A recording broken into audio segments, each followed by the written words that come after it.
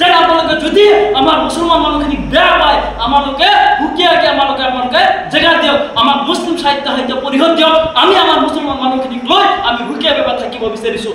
মুছলিম ছাত্ৰ সন্থাই সদায় মুছলমানৰ উত্তৰণৰ কাৰণে চেষ্টা কৰিছে আৰু চেষ্টা কৰি যাব। অনাগত দিনত মুছাৰ নেতৃত্বই কাৰো লগত কম্প্ৰমাইজ নকৰে।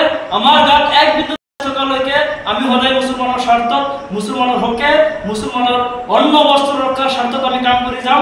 ভাৰতৰ সংবিধানে আমাক যি অধিকাৰ দিছে সেই মৌলিক অধিকাৰ খৰ্ব কৰাৰ অধিকাৰ হিমন্ত বিশ্ব শৰ্মা ডাঙৰীয়াৰ নাই।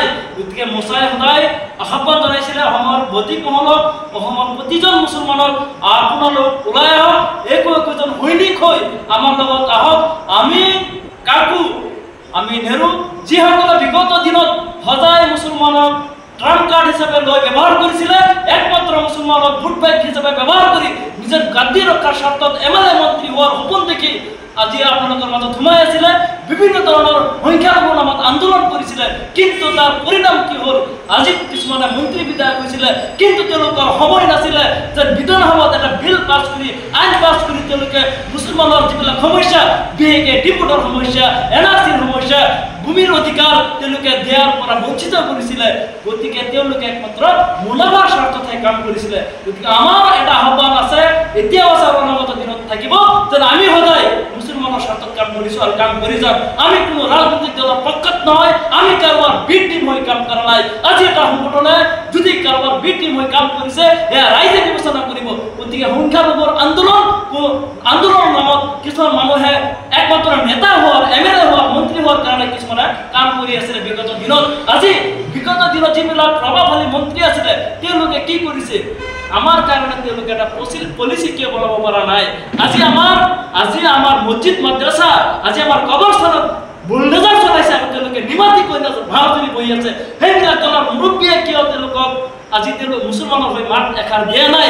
আজি বিভিন্ন জাতীয় জনগোষ্ঠীৰ মিলন কৰিছে। অসম, আমাৰ অসমত থকাৰ অধিকাৰ আছে, আমি হাৰে হেমুজ অসমীয়া, কিন্তু সদায় বাৰম্বাৰ মুছলমানক টাৰ্গেট কৰি মুছলমানৰ ওপৰত বুলডোজাৰ চলাই মাদ্ৰাছা ভাঙি দিব, আমাৰ অকাপ সম্পত্তিক তেওঁলোকে টাৰ্গেট কৰিব।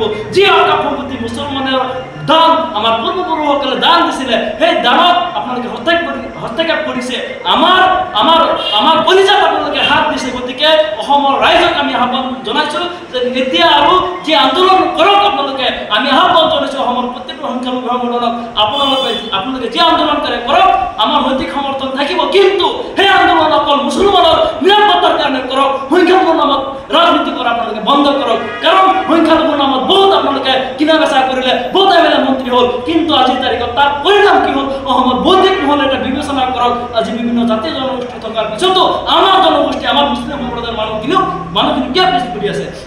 আমি অসমৰ মুখ্যমন্ত্ৰী ডাঙৰীয়াক আমি আহ্বান জনাইছোঁ। ইতিমধ্যে মুছলমানৰ পৰা বিভিন্ন সময়ত আমি দাবী উত্থাপন কৰি আহিছিলোঁ যে আপোনালোকে যদি আমাৰ মুছলমান মানুহখিনিক বেয়া পায় আমালোকে হুকিয়াকে আপোনালোকে জেগা দিয়ক, আমাক মুছলিম সাহিত্য পৰিষদ দিয়ক, আমি আমাৰ মুছলমান মানুহখিনিক লৈ আমি হুকিয়াভাৱে থাকিব বিচাৰিছোঁ।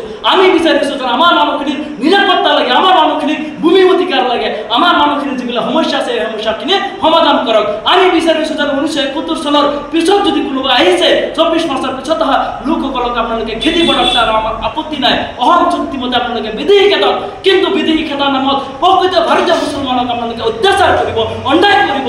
মুছা কেতিয়াও হাত সাৱটি বহি নাথাকে। আমি জঙ্গী আন্দোলন কৰিম, আমি কলমেৰ আন্দোলন কৰিম, আমি ৰাজপথৰ আন্দোলন কৰিম, আমি ৰাজভৱন ঘেৰাও কৰিম, দৰকাৰ হ'লে প্ৰয়োজনত দিল্লীলৈকে আমি পুনৰবাৰ আমি দিল্লীত আন্দোলন কৰিম। কিন্তু মুছলমানৰ নামত বিভিন্ন সময়ত যি আপোনালোকে অত্যাচাৰ কৰিছে, মুছলমানসকলক নিৰাপত্তা নিদিলে আমাৰ এই আন্দোলন কিন্তু বিগত দিনত চলিয়ে থাকিব।